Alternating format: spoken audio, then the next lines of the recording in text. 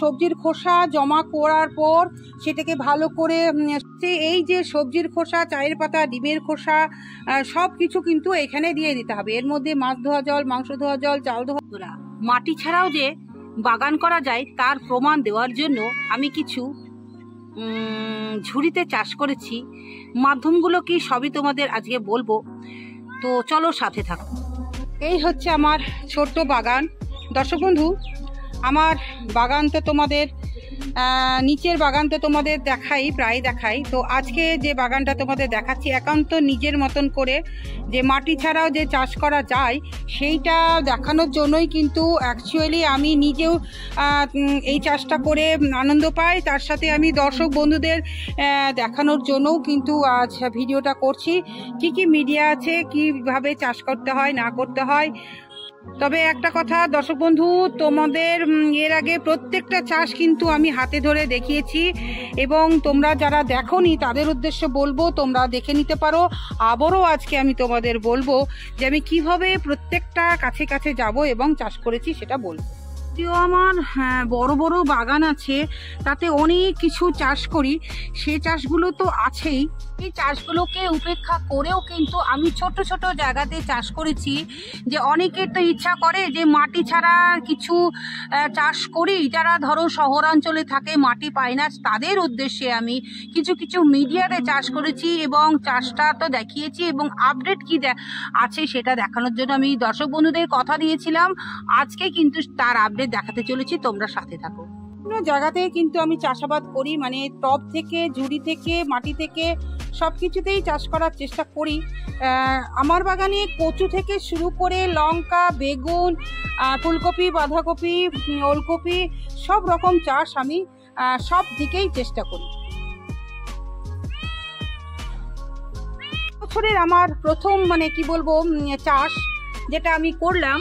প্রত্যেক বছর কিছু না কিছু নতুনত্ব করি। আজকে হচ্ছে আমরা যে পদ্ম চাষ করি তার মধ্যে যে পানাগুলো থাকে সেই পানাগুলো দিয়েই কিন্তু এই চাষটা হয়েছে। প্রথমে পানা দেওয়া হয়েছিল, তারপরে ধনেপাতা ভিজিয়ে 3 দিনকে ধনেপাতার বীজ ভিজিয়ে তারপর হালকা পাউডারের মতন জাস্ট মাটি ছিটিয়ে দিয়েছিলাম, ব্যাস। আর এটা হচ্ছে কাঠের গুঁড়ো, শুধু কাঠের গুঁড়ো, এতে কিন্তু কিচ্ছু নেই। রয়েছে বাঁধাকপি, উচ্ছে, পেঁয়াজ। এটাও তোমার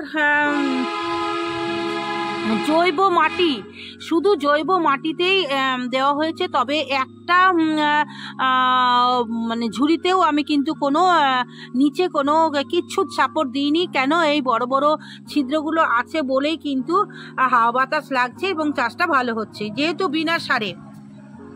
সবজির খোসা জমা করার পর সেটাকে ভালো করে শুকিয়ে নিয়ে তার মধ্যে তুমি ধনেপাতা হোক বা পালং শাক হোক চাষ করে একটু জল ছিটিয়ে নিলেই তোমার কিন্তু প্রচুর সবজি হবে।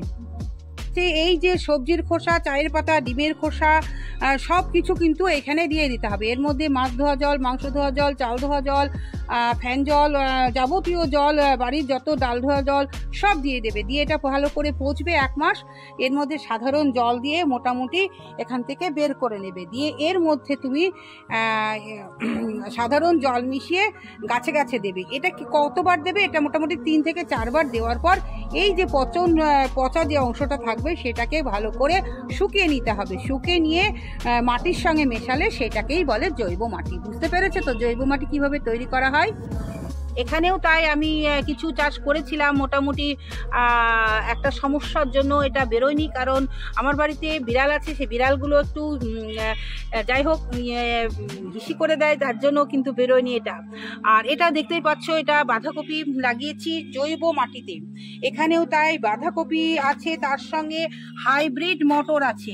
এগুলো হয় কি হয় না সেটা দেখার জন্য দেখো বারবার কিন্তু আমার কি হচ্ছে, লাদা পোকায় এসে কেটে দিচ্ছে। তার জন্য আমি নিমের ডাল, নিমের পাতা দিচ্ছি। আমি এটা গত বছর দেখেছিলাম, নিম পাতা দিয়েছি, তারপরে আর কাটেনি। তো এই দেখো আমার নিচটা দেখতে পাচ্ছ কাটা, আর ওপরটা দেখছো ভালো। তার মানে লাদা পোকায় কাজ হয়েছে নিম পাতা দেওয়াতে। এটাও একটা ট্রিপস। এখানে তোমাদের তো বলেছিলাম জৈব মাটিতে 3 রকমের কলমি শাক আছে, এই হলো ব্যাপার। তো চলো আমি যেটা তোমাদের চাষ করেছিলাম যে সম্পূর্ণ হালকা বস্তাতে যে চাষ, সেগুলো কেমন আছে দেখি। চলে এসেছি দর্শক বন্ধু। এর আগে তোমাদের দেখিয়েছিলাম যে ওজন কম করে আমরা বস্তাতে কাঠের গুঁড়ো, নারকেলের ছোবাতে আমরা কি কি চাষ করতে পারি। তো চলো কি কি হয়েছে দেখি। এটা হয়েছে দেখো ফুলকপি, কারণ আমি খুব সুন্দর ফুলকপি, ওলকপি, বাঁধাকপি লাগিয়েছিলাম যথারীতি গত বছর খুব সুন্দর হয়েছিল, তাই এবছর লাগিয়েছি। দেখো দেখতে সুন্দর হয়েছে। এখানে রয়েছে পেঁয়াজ, আর এখানে রয়েছে একটা ওলকপি লাগিয়েছিলাম, জীর্ণ মানে কিছু খারাপ অবস্থা, কিছু ভালো, কারণ বাড়িতে একটা সমস্যা আছে বলেই কিন্তু আমি একদম কেয়ার করতে পারছি না। এখানে লাগানো হয়েছিল একটা বেগুন গাছ। দেখো আমি বেগুন গাছও করব বলে এবার ট্রাই করেছি। তার মধ্যে কয়েকটা দেখতে পাচ্ছ মাথা উঁচু করে আছে, পালং শাকও লাগিয়েছি। এখানে লাগিয়েছিলাম মাত্র একটা ডাল কলমি, দেখো যথারীতি বড় হয়ে গেছে, তার মানে কাঠের ছোবাতেও কিন্তু কলমি হবে। আর এখানে লাগিয়েছিলাম হলুদ, দেখো যথারীতি বেঁচে গেছে, আস্তে আস্তে বাড়ছে। আর এখানে লাগিয়েছিলাম দুটো আদা, তার মধ্যে একটা মরে গেছে আর একটা বেঁচে আছে। তার মানে এটা দেখতে পাচ্ছ যে দর্শক বন্ধু, আমি যে তোমাদের চাষটা দেখিয়েছিলাম, কথা দিয়েছিলাম যে আপডেট দেব, এবং আপডেট তোমাদের দেখিয়ে দিলাম যে এর মধ্যেও কিন্তু আমি বাদাম লাগিয়েছিলাম, বাদামটা হয়নি, তার মানে কাঠের গুঁড়ো এটাতে বাদাম হবে না। তো যাই হোক, আমি বিগত বছরে ফুলকপি, ওলকপি, বাঁধাকপি, আদা, রসুন চাষ করেছিলাম। এবার আমি শশাও চেষ্টা করেছিলাম, কিন্তু শশাটা হয়নি। তার জন্য দেখো এখানে সম্পূর্ণ জৈব মাটিতে আমি শশা চাষ করার চেষ্টা করছি। মানে জাস্ট আমি এক্সপেরিমেন্ট করতে আছি কোনটাতে ভালো হয় সেইটার পেছনে আগে লাগবো, দিয়ে প্রতি বছর সেইটাকে নিয়েই চেষ্টা করব। আজকে তাহলে এইটুকুই ছিল দর্শক বন্ধু। তোমরা অবশ্যই এখনও সময় আছে শীতের শাকসবজি লাগাতে পারো। আবারও ফিরে আসবো নতুন কিছু নিয়ে। তবে একটা কথা, মানসিকতা ভীষণই খারাপ, যেহেতু নাতনি ভীষণই অসুস্থ। আজকেই তোমাদের বলছি, কারণ তার এত কঠিন পরিস্থিতি।